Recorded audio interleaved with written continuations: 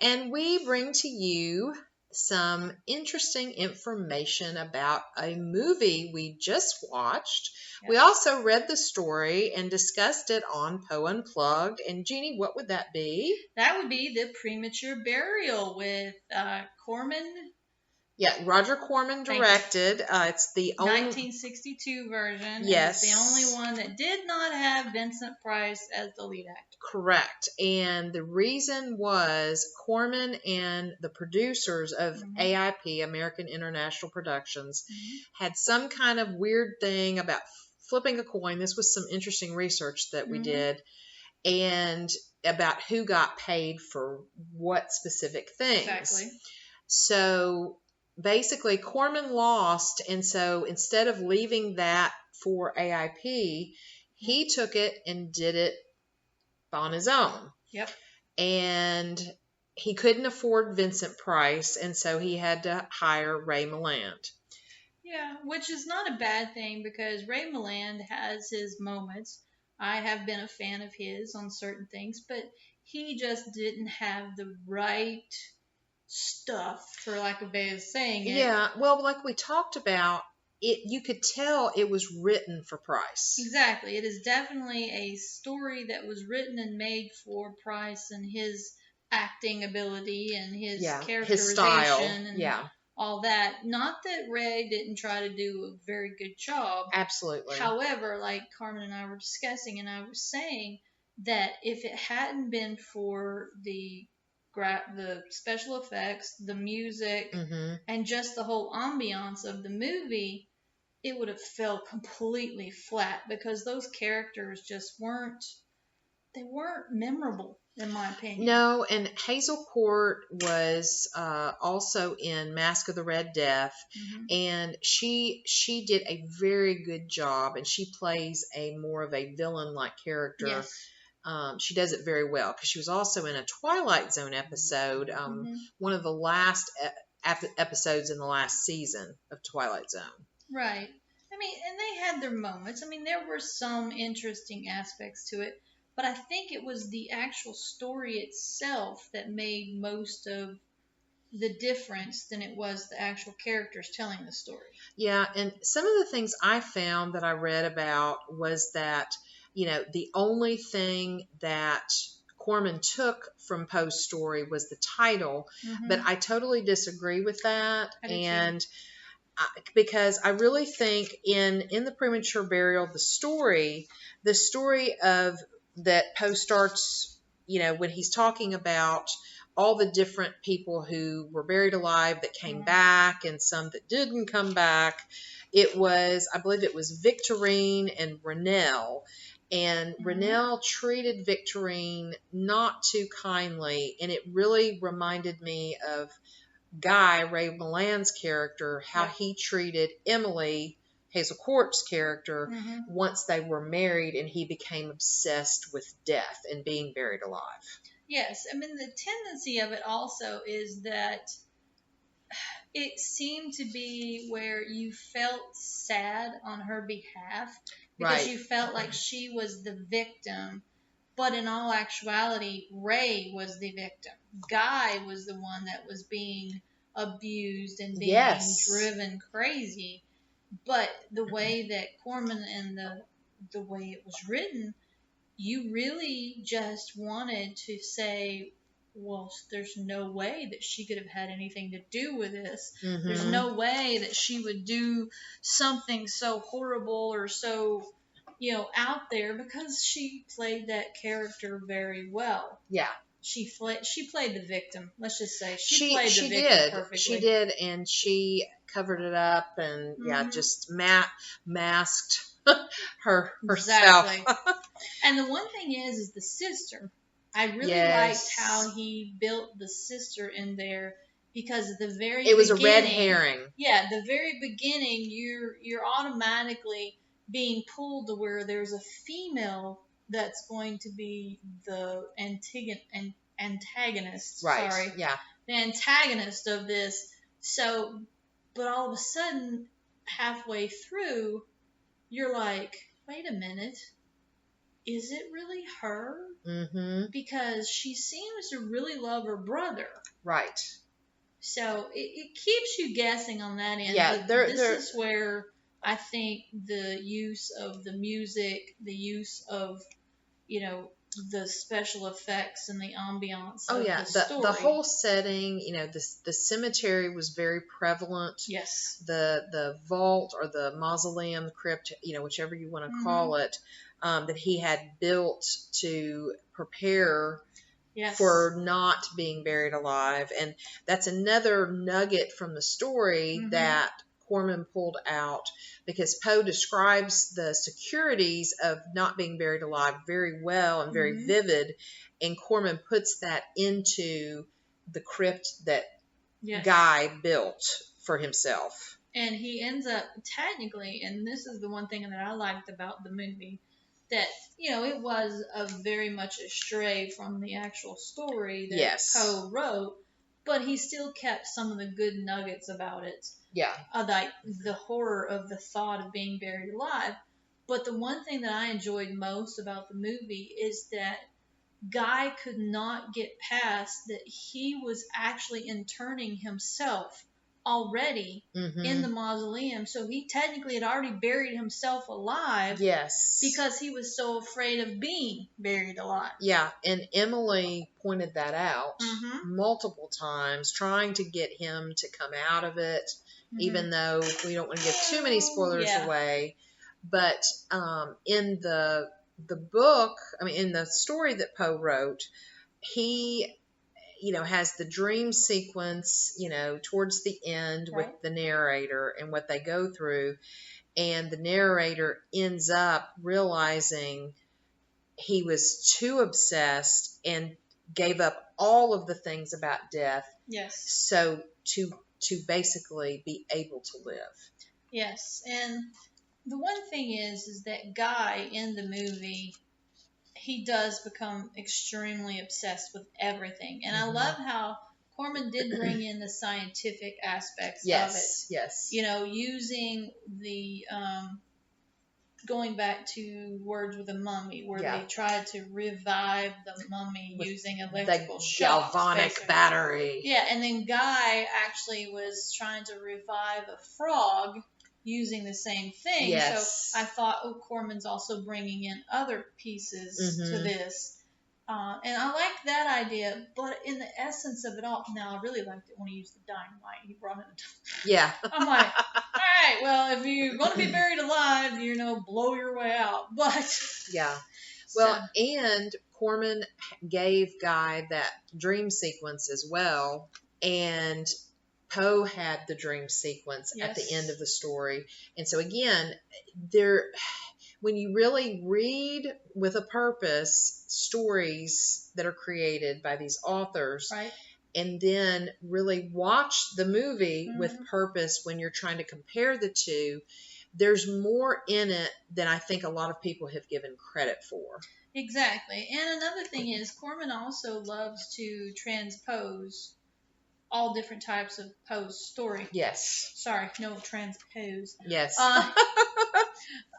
That now the one part of the story that really got me, that I was like almost ready to say, no, not happening, was with the cat's meow. And I thought, oh Lord, he's playing on Poe's propensity of putting cats in walls and all this other thing and hanging them. And I'm thinking, I don't know if I can handle this. He's trying to bury a cat alive. Yeah, because it might be too much. Once they found the cat in the wall and they got him out, because I was thinking the same thing. I'm like, wonder what's going to happen to the cat. Exactly. Where is it? Is it buried? Is it just in the wall? Oh, Where is it at? Yeah, and I stuck with it. I was proud of myself. I stuck with it because I was like, I gotta see where he's going with this. Oh yeah, you have to. Yeah. And one thing I did notice that he really played, and this was a good thing with the character that Guy brought in, was he at first thought it was just his imagination. Right. He did not think that it was something that was real until everybody else started hearing it. Yes. Because they asked him, what's going on? What's the matter? There's a cat's meow. And they're like, yeah, we hear it. It sounds like it's stuck somewhere. So I think that kind of helped him realize that, ooh, maybe I'm not completely crazy. Yeah. But that would have been a perfect thing for Emily to play the trickery of even more than it came out with the cat. Yes. Is saying, I'm not hearing anything. Exactly. Yeah. I think if it had just been those two in that scene, it probably would have been played that way. But because it was all of them, that unless they were all in on it, right, and not everybody was. Exactly. So yeah, because the whole point of the matter was, and like many of the villains do in their day, is they try to push the protagonist or the hero of the story. They try to push them past the point of return. Right, exactly. Which I thought that the story, that's one thing that it did that Ray pulled out most definitely was towards the end of the movie when he really brought out how much it was affecting Guy as a character. Yes, absolutely. And I will say, I'm going to mention something else here in just a second, but I really like Ray Milland better as a more villainous character and antagonist. I think he plays it better. He was not bad in this role, but, I prefer Price. Yes. But Milland did a great job, but I think it's just the disappointment of this should have been Price. Yeah, and I think also that it would have been more of a hit if it had been Price. Because like we talked about earlier, I think it definitely was written specifically for Vincent. Right. And Milland was on he was on the downhill slope of his career. Yes, very much. And the one thing I will bring in about the beginning of the movie, with the entering of the the moments and everything, it drugged me back to Charles Dickens and I could see that. Carol. Yeah, absolutely. When I first started, I'm like, oh look, it's like I'm watching George C. Scott. Yes. And that point in the grave. Yeah. So I think they definitely were playing with that aspect of it because it was during the same kind of time period. Absolutely. And I did like it that this was 1952, or 62. 62, sorry. Yeah. 1962, yes. Because it was, at first, you think it's a black and white because it's the beginning of the cemetery. Right. But in all actuality, they were using the color vision. And that was one of its infancies. Right. I think that helped because the vibrancy of those colors offshot the grays and the blacks of it. Yeah. And so the setting was beautiful. Yeah, it was. It really was. Made the story for me. Yeah, and then one of the things that I thought was really neat as well in the story, The Premature Burial, the Conqueror Worm is mentioned, which alludes to Poe's poem, The Conqueror Worm. And then in the movie, Guy also mentions the Conqueror Worm, and it's like that, keeping that Poe alive. Yes, and just small tidbits, but he's still bringing it in and bringing it home to Poe. Yeah. So, all those little nuggets are just popping into my head for some reason. Oh, no, I totally understand. One of the things that I thought was interesting was also, too, the grave robbers who kept popping up throughout the movie. And for whatever reason, it really reminded me of Birkenhair. Yes. And I believe that actual real life event happened back in I believe it was the 1820s. I believe so, yes. Yeah, where I think it was Dr. Knox paid these guys to go find dead bodies. So he could do experiments on them. Yeah, so he could do experiments. And then what they ended up doing, because they were having trouble, is they were actually killing people. Yep, and bringing them to him so they could get paid. Exactly. And so, again, as Poe mentions in the story, truth is stranger than fiction. And, he borrowed that from Byron, who originated that particular quote from 1823 with Don Juan. Exactly. And so, again, it's all these connections. Yes, and I love it because all this illusion, not illusion, illusion, yes, helps to keep those types of memories of true literature, in my opinion, alive, because that's one of the things that I would always talk about was how classics are always so overlooked.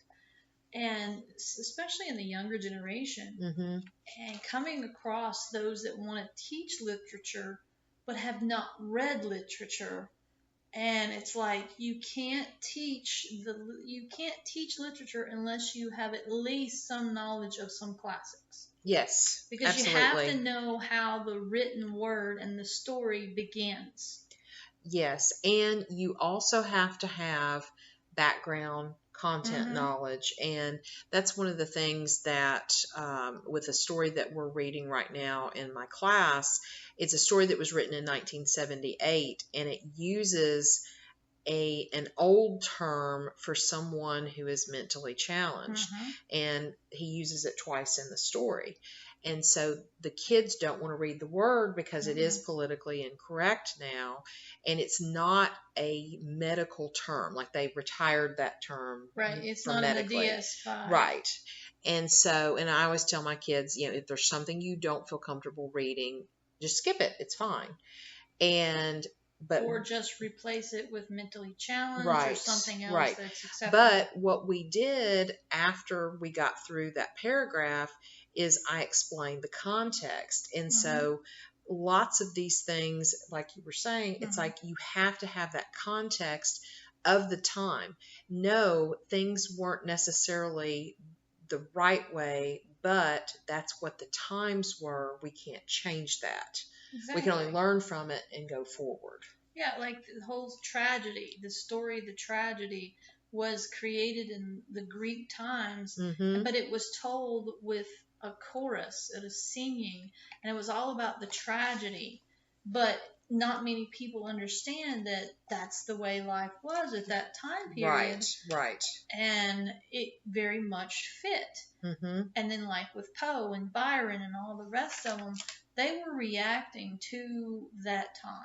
Yeah. And especially with Premature Burial, he was going off of what had already occurred in real life. Right. With people, a lot of the different plagues and a lot of the different, like diphtheria, typhoid, Black Plague, all that, where people were dying in mass. And sometimes they were in the living death. Yeah. So, and they didn't have the medical knowledge to figure it out. And when I would teach Shakespeare and I have to explain to the kids, there were no females in those plays. Right. They would use young, pubescent boys to play the characters of females. Yeah. Because women were not seen to have that, station in life. Right. Or rights. Yeah. Exactly. Yeah.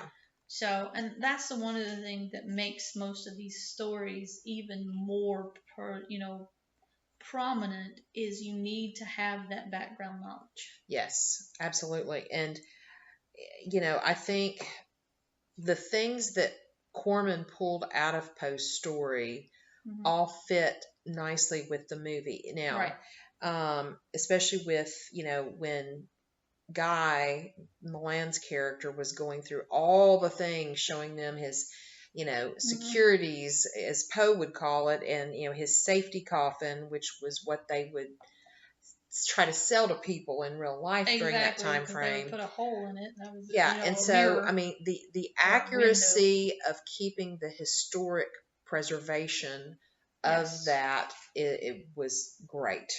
Yes, because that's what made the story. Because if you tried to change it, you would take away the story, and the story wouldn't be as prominent as it was. Yeah, and I mean, now, of course, Corman did have some Hollywood flair in there and changed some things up, but I think that if the first part of the story with having all of the different, like the little short, seemingly nonfiction, but they were fiction, written towards more of a nonfiction slant, I don't think that, I think it would have lost all of the zeal to the movie if he had included that. Yeah, because it wasn't meant to be in a movie. No, in a movie aspect. No. The only way you could actually, I think, use that in something on film would be to make a